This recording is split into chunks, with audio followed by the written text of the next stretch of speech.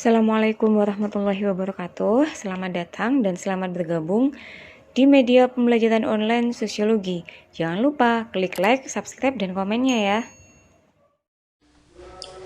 Assalamualaikum warahmatullahi wabarakatuh. Selamat datang di Madrasah Aliyah Negeri Pamekasan 2. Sebelumnya, perkenalkan nama saya Rahmatul Amalia Esos sebagai guru sosiologi di Madrasah Aliyah Pamekasan 2.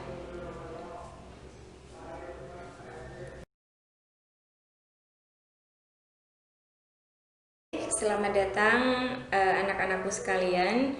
Semoga mari kita sama-sama berdoa semoga pandemi ini segera berakhir agar kita juga bisa bertatap muka. Oke, di pelajaran sosiologi bab pertama itu berbicara tentang sosiologi ilmu tentang masyarakat.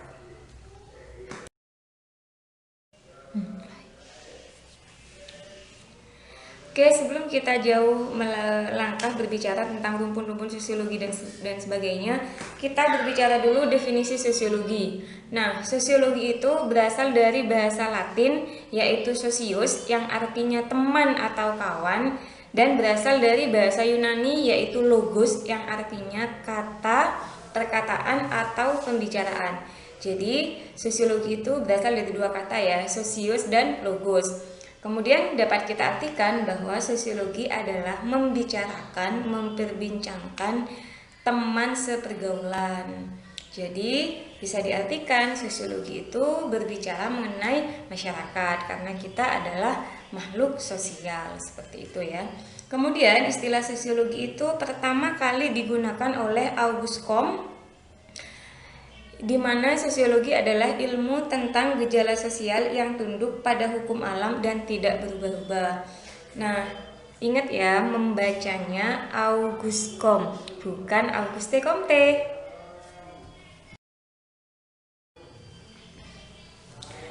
Oke, sekarang kita ke hakikat manusia sebagai makhluk individu dan makhluk sosial. Ingat ya, sosiologi tadi dapat kita simpulkan bahwa sosiologi itu adalah ilmu yang mempelajari tentang manusia. Jadi di sini hakikatnya ada dua, manusia sebagai makhluk individu dan manusia sebagai makhluk sosial. Sebagai makhluk individu, manusia itu memiliki kepribadian yang unik. Contohnya penampilan fisik. Nah, hidungnya pesek mungkin, hidungnya mancung, rambutnya hitam, dan sebagainya. Punya perasaan dan punya sikap yang berbeda di antara sesamanya.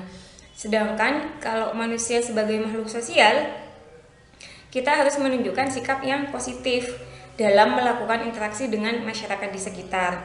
Jadi sebagai makhluk sosial yang ditunjukkan itu hal-hal positifnya. Jadi memang kita harus menjalin yang namanya toleransi, kerjasama, tenggang rasa, dan sebagainya. Seperti itu ya.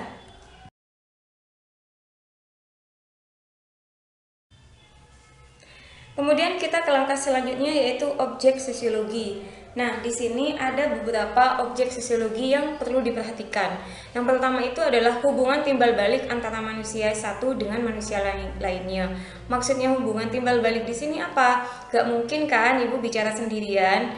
Nah, jadi misalnya di kelas, ibu menjelaskan, kalian mendengarkan, memahami. Kalau ada yang tidak kalian pahami, kalian bisa tanyakan ke ibu, begitu juga ibu. Nah, itu namanya hubungan timbal balik, interaksi antara ibu dengan kalian.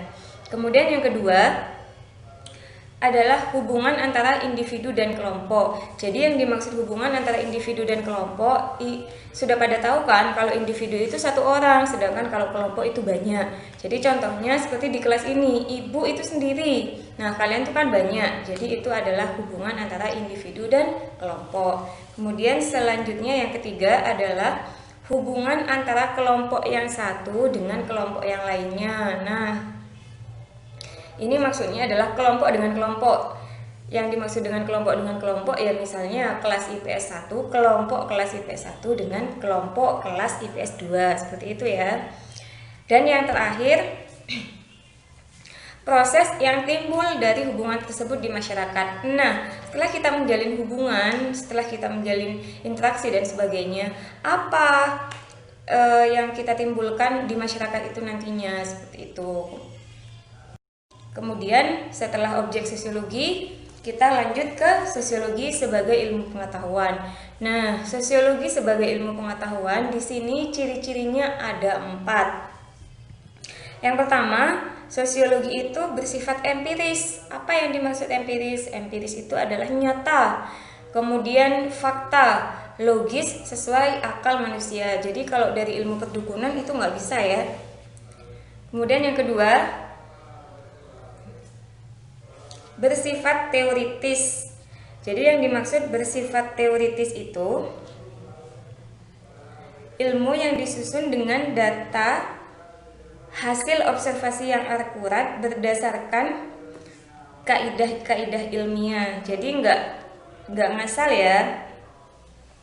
Kemudian yang ketiga itu adalah bersifat kumulatif. Jadi kumulatif itu adalah ilmu yang disusun dengan hasil observasi lapangan dengan teori-teori yang berlaku. Jadi misalnya kita observasi ke lapangan kemudian disatukan dengan teori-teori yang ada serta berdasarkan keabsahan yang selalu diperbaiki dari waktu ke waktu. Jadi runtun ya ininya. Kemudian yang keempat, bersifat non-etis. Sosiologi merupakan ilmu yang mengkaji suatu fenomena, gejala maupun masalah secara objektif tanpa mempersoalkan nilainya. Jadi sekalipun teman kalau salah ya salah, seperti itu ya. Oke, sekian dulu dari Ibu ya.